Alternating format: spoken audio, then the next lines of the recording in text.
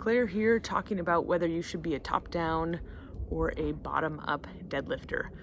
If you're just starting the deadlift, I recommend working from the top down because you can get a better idea of your true depth before you get to the ground in sort of a compromised position, and then trying to work your way up with maybe incorrect technique. So I'm going to first show you top down, and I'll explain it a little bit before I show you. So top down is when you start your deadlift standing, and then you progress into the correct position, and then you stand up once you've reached your max depth. So I'll go ahead and show that one first.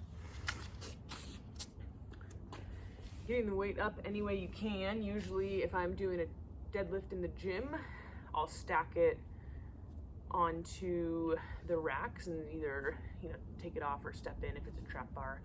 And then if you're working with someone, they can hand you the weights, or you can find something that would start your weights higher up to pick them up initially.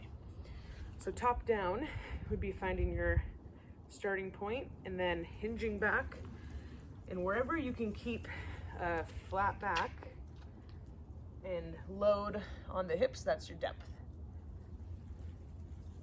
If you cannot get to the ground, keeping and maintaining a flat spine, then you should start with the top down deadlift. I recommend standing next to a mirror and looking over, or filming yourself so you can see what your spine's doing at the bottom of the lift. We want to make sure that the hips are engaged and we don't have a curvature at the spine. If that's where you're at, then the protocol would be to start with top down deadlifts and work mobility to start moving your depth. This can be done with mobility exercises, or you can just slowly lower the start point of your deadlift. And then the bottom up would be being able to start from the bottom with a flat spine, or I guess elongated, neutral, whatever, and then being able to cleanly lift from there without compensation. So, are you a top or are you a bottom?